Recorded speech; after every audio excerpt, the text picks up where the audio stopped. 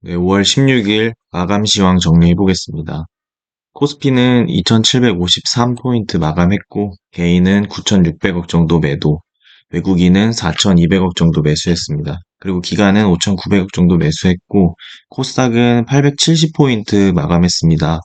개인이 807억 정도 팔았고요. 외국인은 240억 정도 매수, 기관도 740억 정도 매수했습니다.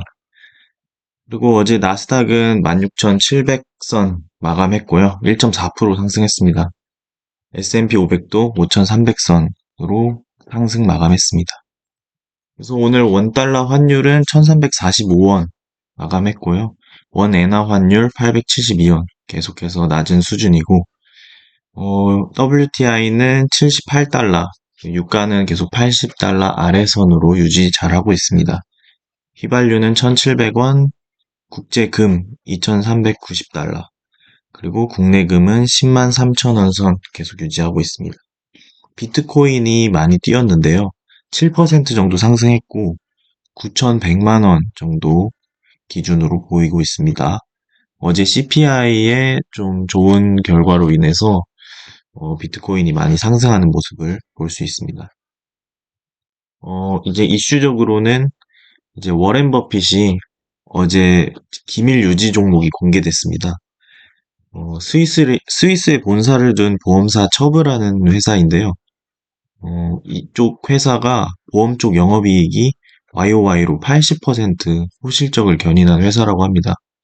워렌 버핏은 계속해서 보험주를 통해서 또 본인은 또 보험회사를 통해서 이익을 내는 모습을 볼 수 있습니다. 그리고 두 번째로는 마이크로소프트가 AI 관련 중국 직원들에게 미국 등 타국 정근 고려 요청을 했다는 건데요.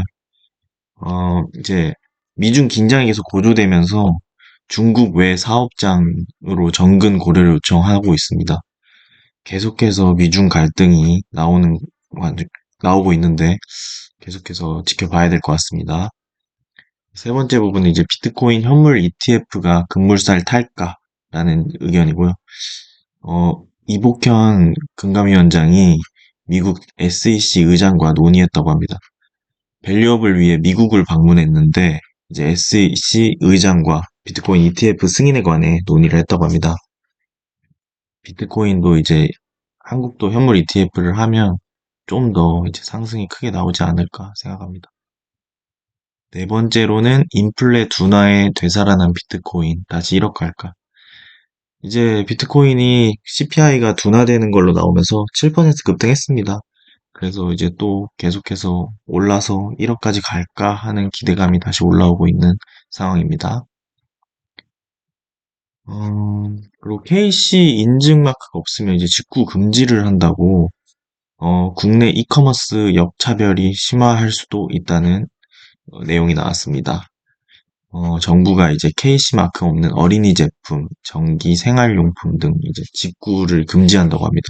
안전과 건강에 직결되는 제품을 이제 안전장치 개념으로 한다고 하는데, 계속해서 이제 좀 커머스 쪽에서 잡음이 들려 나오고 있죠. 중국에서 무차별적인 저가 정책으로 이제 우리나라의 시장을 먹고 있는데, 이제 정부에서도 이제 국내 이커머스 KC 마크가 있어야 된다. 또 직구는 금지한다 하는 거 보면 또 약간 방어하는 측면에서 이런 정책을 펼치지 않나 싶습니다.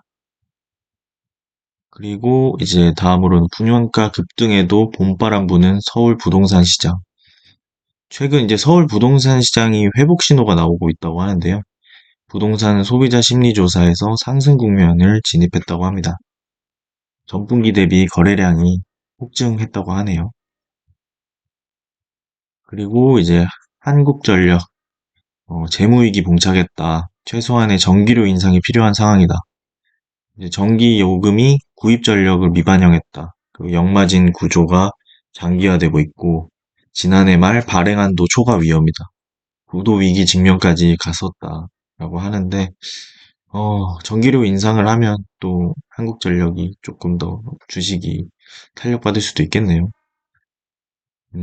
다음은 이제 나랏돈 쏟아내자 시중동 급팽창 역대 최대.